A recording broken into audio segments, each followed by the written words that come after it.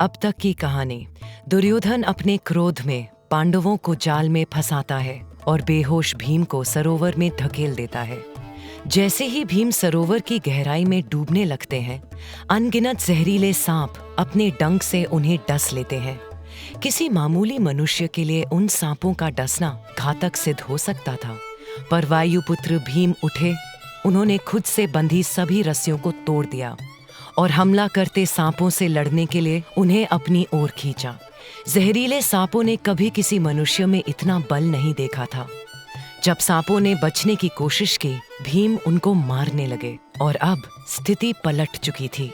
डूबते हुए राजकुमार पर हमला करने की बजाय सांप खुद को बचाने की कोशिश में जुट गए।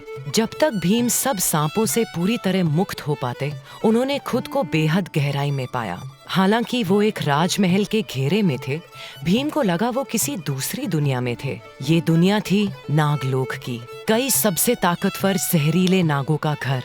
भीम का स्वागत स्वयं वसुकी ने किया, जो इस क्षेत्र के राजा थे। उन्हें पता लगा कि भीम नाग प्रमुख आर्यक के पौत्र थे और आर्यक वसुकी के गहरे मित्र थे। इसीलिए भीम को अपना पौत्र मानकर वसुकी ने उन पर खूब प्रेम बरसाया। इसके बाद नागलोक के सभी खास व्यंजनों से भीम का पेट भरकर वसुकी ने भीम को एक चमत्कारी पेय दिया। वसुकी ने भीम को यकीन दिलाया कि वो पेय पीकर जो उपहार उन्हें मिलेगा, वो भीम और उनके भाइयों को आने वाली हर मुसीबत और खतरे से बचाएगा।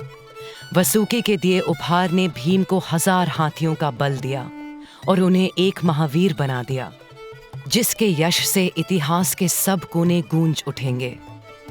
जैसे ही भीम तैरते हुए वसुकी के क्षेत्र से बाहर निकले और घर लौटने लगे, उन्हें एहसास हुआ कि एक नन्हे मासूम बालक होने का उनका समय अब बीत चुका था, क्योंकि जिनसे भीम प्यार करते थे, उनके लिए भीम के बड़े होने का समय आ गया था। और समय आ गया था उन सब मुसीबतों का सामना करने का जो हर वक्त पांडवों के ऊपर मंडरा रही थी।